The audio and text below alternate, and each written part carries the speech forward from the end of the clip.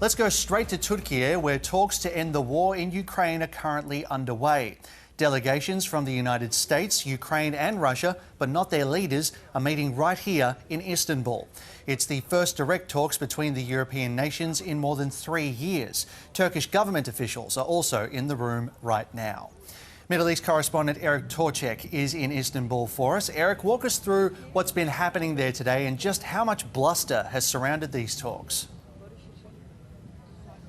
So, Manny, live pictures from the room show that the two sides are sitting on a very large table a long way apart with Turkish officials in between them.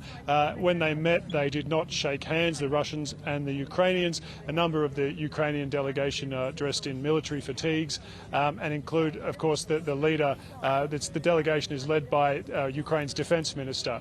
For the Russian side, there's also the head of the GRU, Russia's military intelligence agency, which is reputedly one of the most powerful intelligence agencies in the world. So we don't know exactly how the discussions have proceeded. But in the lead up to these talks, there was immense scepticism from Ukraine. They said Russia was not taking the talks seriously, despite having proposed them. The President Putin of Russia had proposed the talks after Europe announced it was ready to enact a package of stronger sanctions against Russia unless it immediately agreed to a 30-day unconditional ceasefire. But now Ukraine has put forward a delegation saying it did so not really as because of the Russians, but because it wanted to show goodwill towards its European allies, towards the United States, and also to hear what the Russians might have to say. But we really don't know how positive the talks are going to be, because the leader of the Russian delegation, Vladimir he said that Russia's priority is to eliminate what he called the root causes of the conflict. In the past, that has meant things that are totally unacceptable to Ukraine, like disarmament, commitments of neutrality, no foreign forces in the country, all things that the Ukrainians have immediately ruled out. They said they're terms for a capitulation, not a negotiation.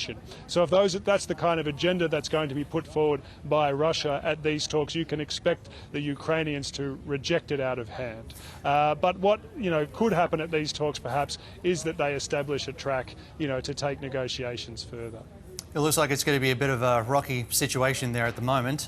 Going into these talks, US President Donald Trump basically torpedoed the whole thing, saying that nothing is likely to happen in this conflict until he and Putin get together. Is he right? Well, the strange thing is that President Trump is the one who emphasised the importance of these talks, who urged Ukraine to attend. He's the one who said that they were critical, and throughout the week he'd flagged that he might come or he might not come. He said President Putin wanted him to come.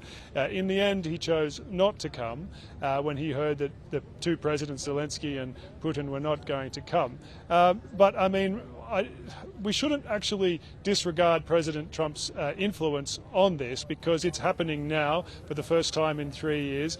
He has been pushing, both sides towards negotiations. The ceasefire is on the table with coordination between Europe and the United States. So there's definitely had an impact on the fact that these negotiations are happening. It's probably disappointing for those people who were hoping these talks would lead to something to hear those words from President Trump.